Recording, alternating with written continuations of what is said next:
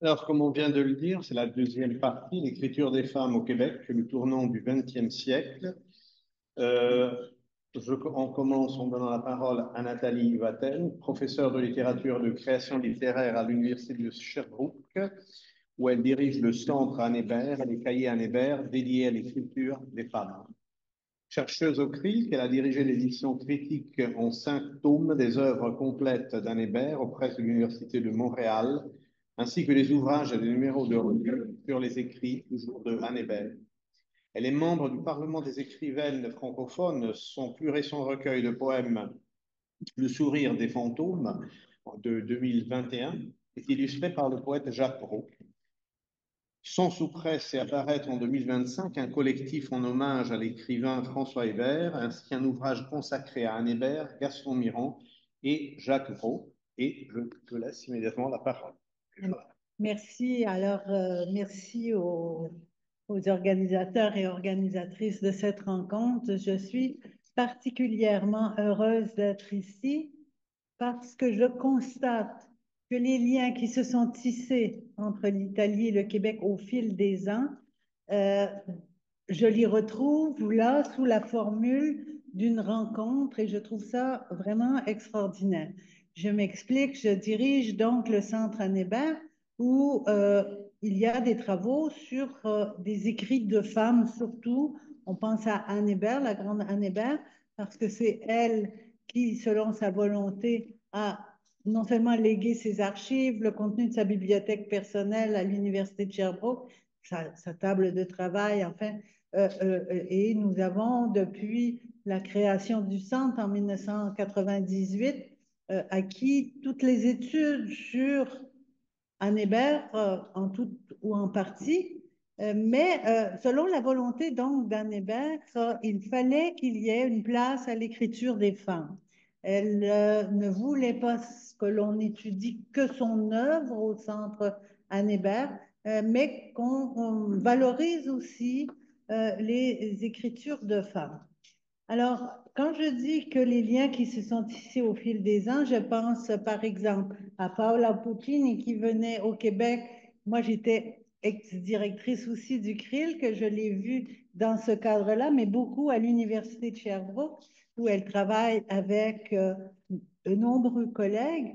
Je pense aussi aux participantes à cette table ronde que je vais bientôt interroger.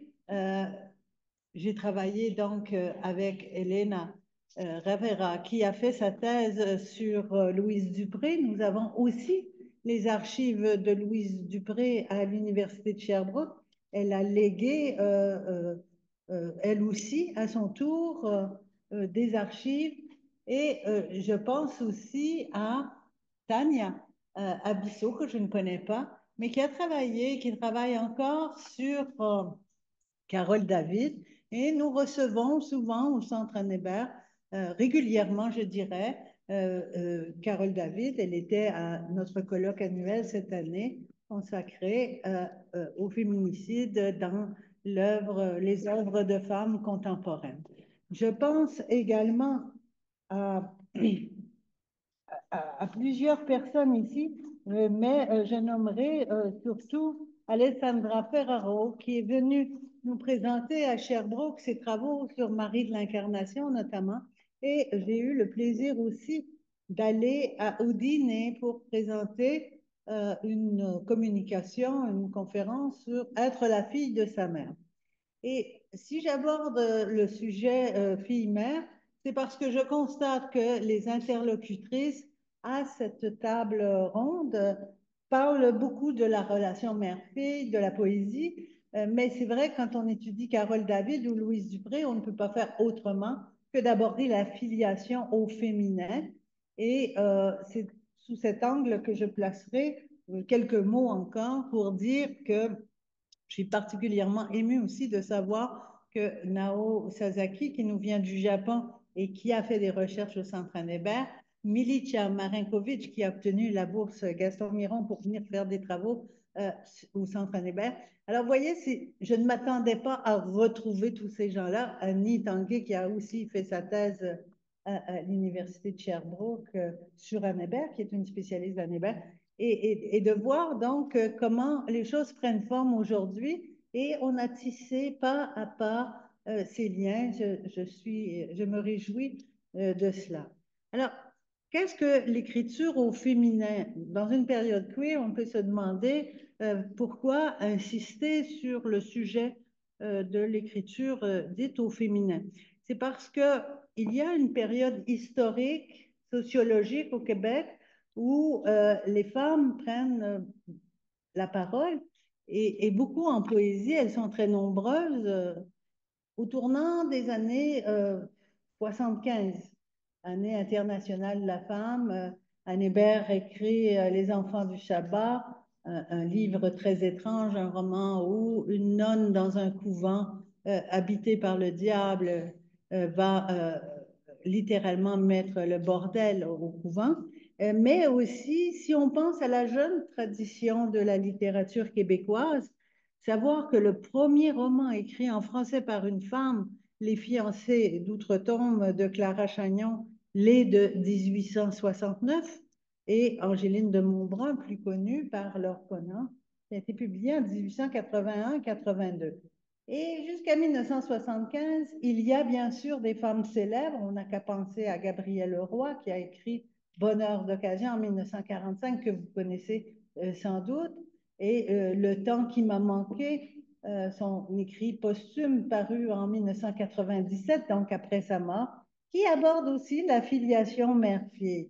Et là, on se transporte dans les années 75 pour voir que avec des gens comme Louise Dupré, qui commence à écrire et en 78 va animer la revue La Nouvelle Barre du Jour au Québec, une revue où les femmes interviennent beaucoup, commencent à intervenir beaucoup. Alors, on peut dire qu'au tournant des années 80 déjà, il y a une prise de parole considérable et ces femmes cherchent à explorer beaucoup la filiation d'abord avec la mère.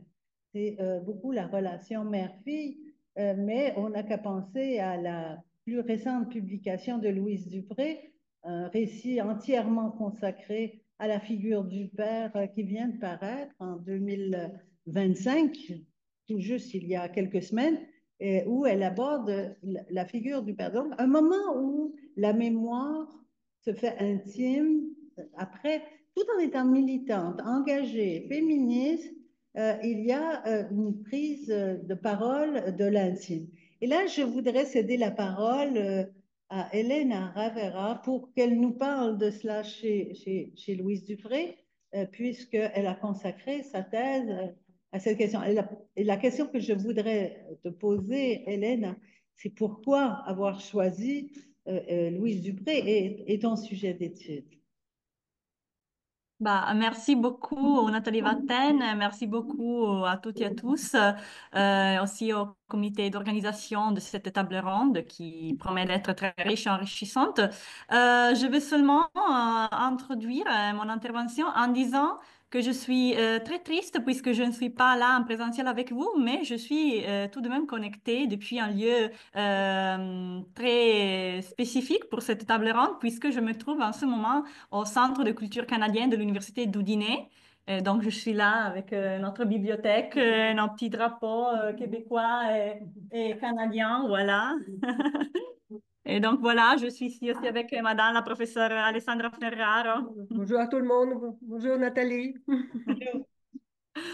Bon, en ce qui concerne mes recherches, je suis actuellement chercheuse postdoctorale à l'Université d'Oudiné où, comme vous avez dit, Nathalie, je m'occupe de l'œuvre de Louise Dupré et de l'œuvre des écrivaines québécoises contemporaines. Je travaille sur Louise Dupré depuis plusieurs années. En effet, j'ai découvert Louise Dupré et la littérature québécoise lorsque j'étais une très jeune étudiante à l'Université d'Oudiné dans le cadre du cours en littérature francophone de Alessandro Ferraro, bien sûr, que je remercie pour m'avoir fait découvrir cette littérature non hexagonale. J'ai ensuite gagné une bourse d'études. J'ai voyagé au Canada. J'ai vécu à Montréal pendant un semestre. J'ai étudié à l'Université de Montréal et j'ai mené là-bas mes recherches sur Louise Dupré, sur le Québec. Je continue à m'intéresser à ces thématiques Je suis en train de rédiger une monographie tirée de ma thèse de doctorat qui essaye d'étudier la représentation du corps dans l'œuvre de Louise Dupré.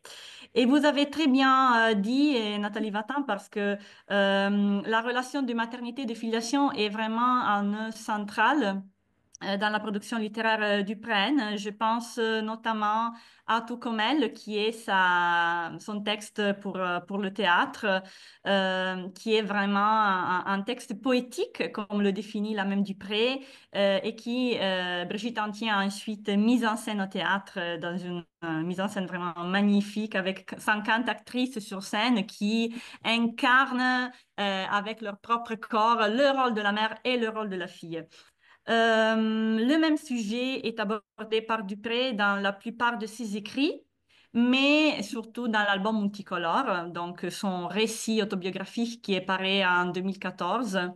C'est après le décès de la mère de Dupré que l'auteur décide de lui consacrer ce récit et elle essaye de récupérer non seulement l'histoire de sa propre mère, de sa propre famille, de sa propre vie, mais, et cela je le trouve très intéressant dans le cadre de notre table ronde, aussi l'histoire du Québec. Parce qu'il faut le dire, Louise Dupré n'est pas seulement une histoire une écrivaine féministe, mais elle essaye aussi de raconter l'histoire de son peuple, les Québécois et les Québécoises. Et alors, elle nous raconte dans ses ouvrages, notamment l'album multicolore, mais aussi le récit que vous avez évoqué, Nathalie, donc L'Homme au camion qui vient de paraître au mois de février de cette année. Elle raconte vraiment la vie des Québécois et des Québécoises avant, durant et après la Révolution tranquille. Elle raconte à travers les personnages et les personnes de sa famille comment cette période bouleversante pour le destin des Québécois et des Québécoises a vraiment marqué non seulement l'histoire de sa famille, l'histoire de sa vie, mais l'histoire du Québec et du Canada. Elle parle par exemple de la mort de Maurice Duplessis. Elle se rappelle avoir entendu la nouvelle à la radio et c'est sa mère qui a dit, oh voilà, c'est une belle nouvelle pour le Québec. Ensuite, tous les bouleversements liés au droit à l'instruction qui ont permis aux jeunes filles comme Louise Dupré, par ailleurs, de faire ses études et de devenir professeur finalement.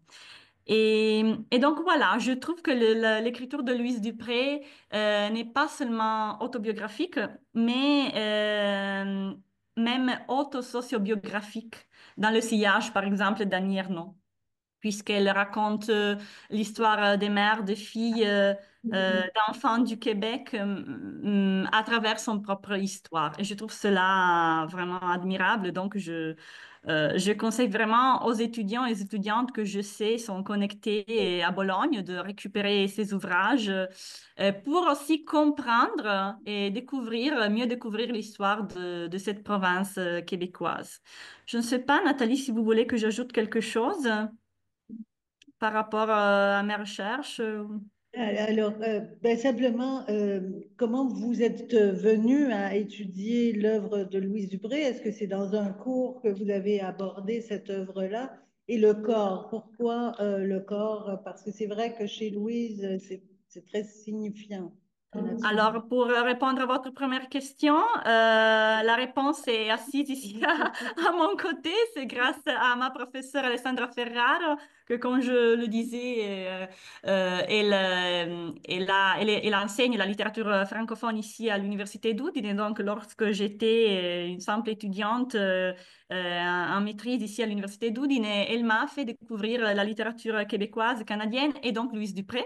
Elle m'a proposé de rédiger mon mémoire de maîtrise sur l'album multicolore.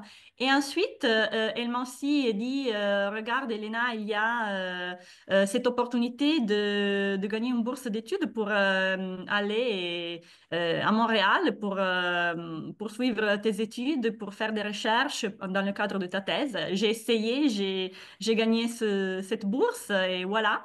J'ai pris un avion, je me suis rendue à Montréal, j'ai rencontré Louise Dupré en personne. Pour tous ceux et celles qui connaissent Louise Dupré, vous le savez, elle est une personne vraiment magnifique, lumineuse comme son écriture. Donc, je me suis dit, bon, je dois forcément continuer à travailler sur cet auteur qui est passionnante, mais derrière l'auteur, il y a aussi une personne vraiment exquise, magnifique. Et voilà, c'est comme ça que je me suis passionnée à la littérature québécoise, je dirais, en découvrant directement ce pays, cette province. J'ai aussi eu l'occasion, lorsque j'étais à Montréal, de voyager un petit peu. J'ai visité les alentours. Moi, j'aime bien la nature, donc j'ai simplement adoré. Il faisait froid, mais quand même, c'est normal au Québec. Et Rita le sait, elle est là en ce moment. Bah, en ce moment, je pense que peut-être l'hiver. Rita, qu'est-ce que tu dis? L'hiver Ouais. va Bah, terminer? aujourd'hui, il fait chaud, mais il y a une semaine, il y avait la neige. Donc, OK, ça dépend, en parfait. effet. Donc, j'espère que cela n'est pas trop traumatique pour toi. Mais non, le Québec est vraiment, a vraiment une nature merveilleuse, comme d'ailleurs tout le Canada. Et en ce qui concerne la deuxième question, Nathalie, en ce qui concerne mon intérêt pour le corps, bah, c'est parce que j'ai un corps de fille, un corps de femme. Et quand j'ai commencé mes études doctorales, j'avais beaucoup de questions concernant à mon corps. J'avais dans la tête ce précepte féministe des années 70, le privé politique. J'avais étudié les auteurs métaféministes comme Louise Dupré qui abordent ce précepte en étudiant vraiment le privé et qu'est-ce qui est plus privé que le corps. Donc, voilà, j'ai pensé, bah, je dois forcément approfondir cette question du corps de la femme si je veux aussi progresser comme être humain, non seulement comme chercheuse. Et c'est pour cette raison que je continue à m'intéresser du corps dans la littérature, non seulement, pas forcément le corps de la femme. Bah, moi, bien sûr, j'ai un corps de femme, donc je m'intéresse tout particulièrement du corps de la femme, mais aussi le corps en général. Je pense par exemple toujours à Louise Dupré, son dernier récit, L'homme à camion. Elle parle de son père, un père qui a malheureusement une fin très tragique. Et il y a beaucoup de corps là aussi, un corps souffrant, un corps qui a des troubles vraiment, vit des crises importantes. Et nous sommes des corps, alors on ne peut pas échapper à cela. C'est pour cette raison que je m'intéresse à ça. Merci. Et c'est ça le tournant peut-être de ces années-là, c'est cette subjectivité désirante au féminin. Il y avait des gens comme Anne Hébert, qui l'avaient fait, mais je pense que l'exploration par le corps et dire le désir, non plus celui du point de vue du narrateur ou du protagonisme masculin, mais comme une femme désirante. Je pense que c'est ça le tournant et on va parler de Carole David, il va y avoir cela aussi. Mais peut-être, Marco, désirez-vous présenter les deux Oui, invités avant que je pose des questions? oui, je présente rapidement. Elena, on vient de la voir, donc qui est bon, docteur en études humanistes transculturelles à l'université de Bergame. Dans sa thèse, elle a étudié les représentations du corps féminin, comme on vient de l'entendre, dans les œuvres de Louise Dupré, certes, mais aussi de Ken Bougoul. Actuellement, elle est chercheuse, justement postdoctorale à l'université de Udine, Udine si vous préférez. Elle se consacre à l'étude de la littérature française et francophone avec un intérêt particulier pour les études de genre. Elle est membre du Centre de culture canadienne de l'Université de Udine ainsi que du réseau international de jeunes chercheuses et chercheuses en études canadiennes au Conseil international d'études canadiennes, dont elle est également la référente pour l'Italie. Et ensuite, nous aurons justement Tania Abiss, chercheuse contractuelle à l'Université d'Udine, où elle mène ses recherches sur la langue et la traduction française au sein du département des langues et littératures, communication, formation et société. Elle a consacré son mémoire de licence, Université de Parme, à l'œuvre de Gisèle Pinault et son mémoire de maîtrise, Université de Udine, à celle de l'auteure italo-québécoise, justement on vient de la nommer Carole David. Au cours de ses recherches, elle a eu l'opportunité d'effectuer un séjour d'études à l'Université de Montréal, où elle a rencontré et interviewé Carole David et Antonio D'Alfonso. En janvier 2025, Tania Biff a reçu le prix America Giovani pour l'excellence académique, une distinction attribuée aux jeunes diplômés italiens les plus prometteurs dans le domaine universitaire. Elle est membre actif du Centre de culture canadienne de l'Université de Lille. Ses travaux portent sur la littérature française et francophone contemporaine, en particulier sur les écritures liées à l'exil, à la migration et à la post-migration. Et elle s'intéresse également aux enjeux de la didactique des langues dans une perspective interculturelle et inclusive. Voilà. Maintenant, à vous. Très bien, bonjour. Alors, je suis très contente de vous entendre nous parler de vos recherches sur les écrivains de l'exil et en particulier de Carole David. Pourquoi Carole David? Qu'est-ce que vous avez trouvé dans cette œuvre qui était parlant par rapport à l'Italie, justement, où elle évoque souvent par le prisme de la mer, mais aussi dans un voyage de déambulation à Rome, des femmes originaires d'Italie. Alors, j'aimerais vous entendre parler, bien sûr, de votre Oui, recherche. bonjour à tous et à toutes. Je suis ravie de participer à cette session consacrée à l'écriture des femmes au Québec. Et je remercie aussi aux organisateurs pour cette belle rencontre aujourd'hui. Et oui, comme Elena, moi, j'ai eu l'opportunité de suivre un cours de la professeure Ferraro. Et donc, dans cette belle période, j'ai eu la possibilité de lire des textes de Carole David et je me suis vraiment passionnée envers l'écriture de Carole David, en particulier d'Ampala. C'était le premier roman que j'ai lu de Carole David, où elle, bien sûr, parle aussi un peu, c'est un roman, on peut dire, presque autobiographique, parce qu'elle parle aussi de la migration et de son rapport avec l'Italie. Et donc, c'est pour cette raison que j'ai voulu un peu étudier cette écrivaine. J'ai préparé une présentation, une petite présentation. J'espère que je peux la partager avec vous. Donc, en réalité, dans l'œuvre de Carole David, pendant mes recherches euh, pendant la maîtrise, j'ai surtout analysé la topographie de l'espace parce qu'elle est une écrivaine italo-québécoise. Donc, c'est pour cette raison que je voulais un peu analyser comment donc les espaces sont représentés à l'intérieur de ces œuvres.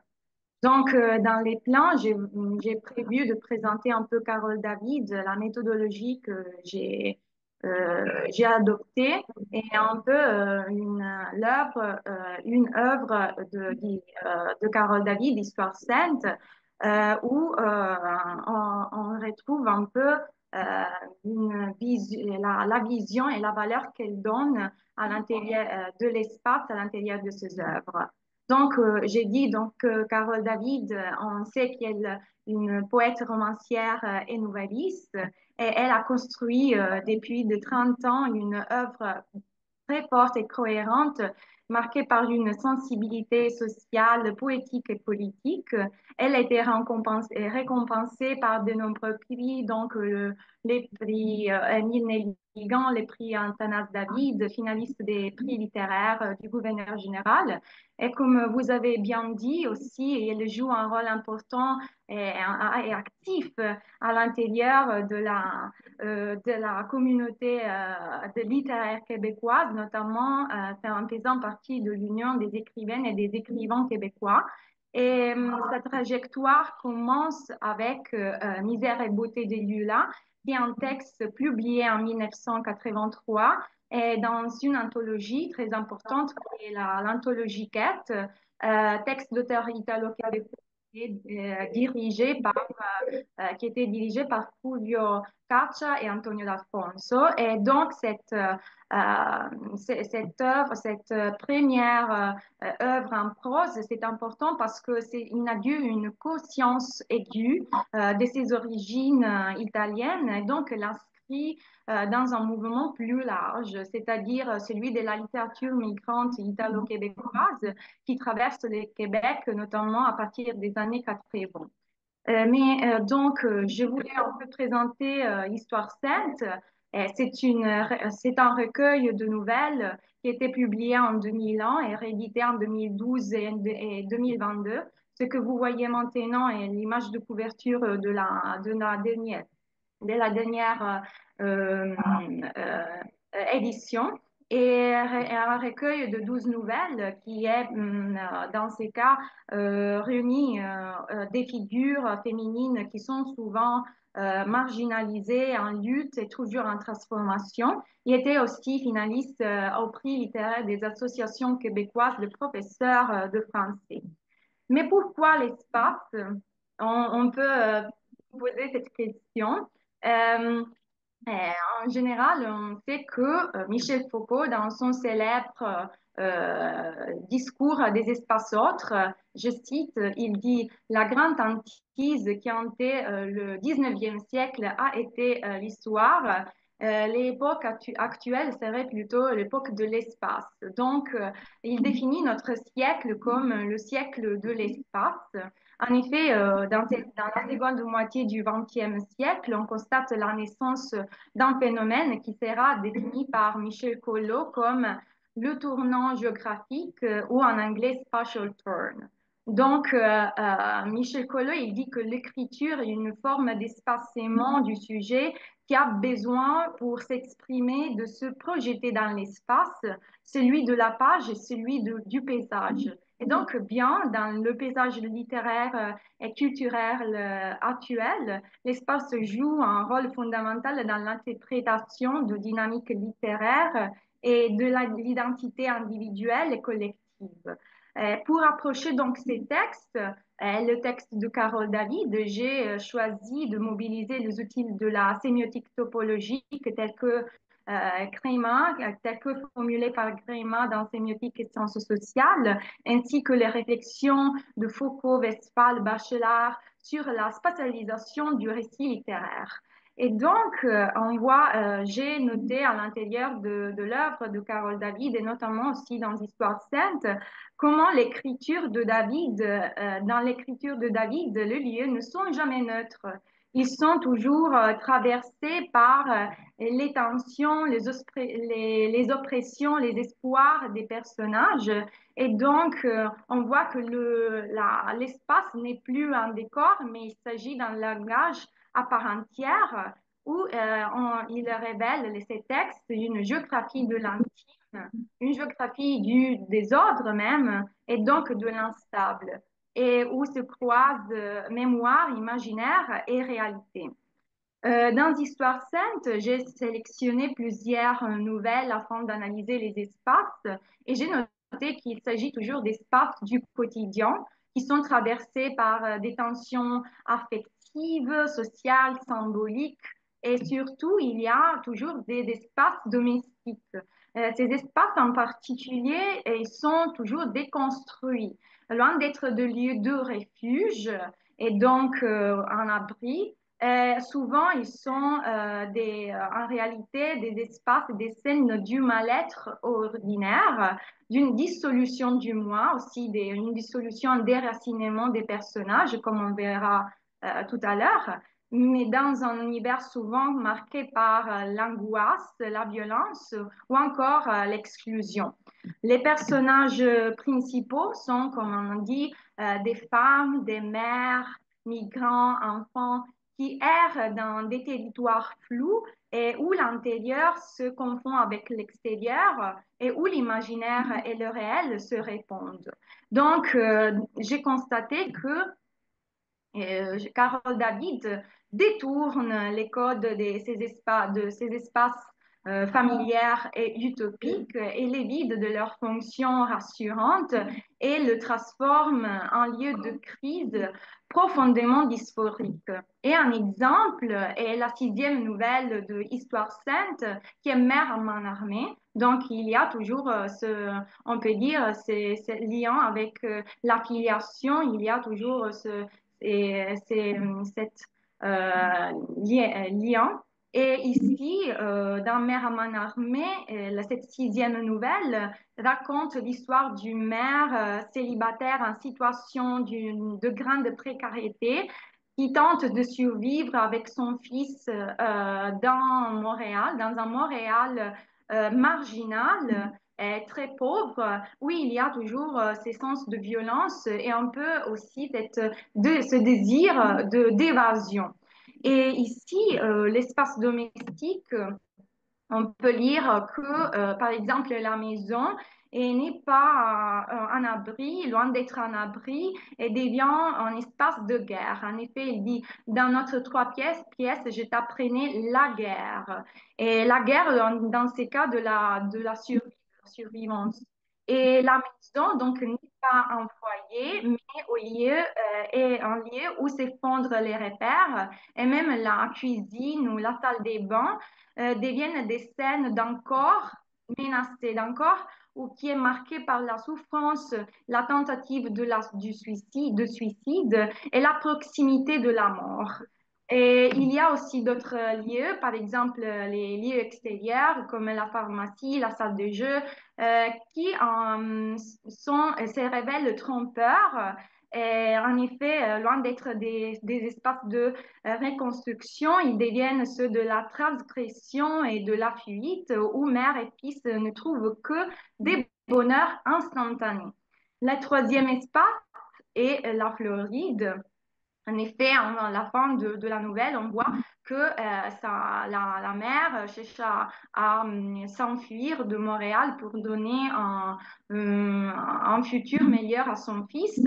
Mais comme l'indique Bertrand Bespa, l'utopie qui est présentée dans ce cas de la Floride, dans la fiction, active une vice-diction. Donc, dans ces cas, elle projette un lieu qui semble réel, mais qui se dérobe, qui est toujours inaccessible. Donc, la Floride, dans ces cas, n'est que un désir inaccessible, un désir impossible.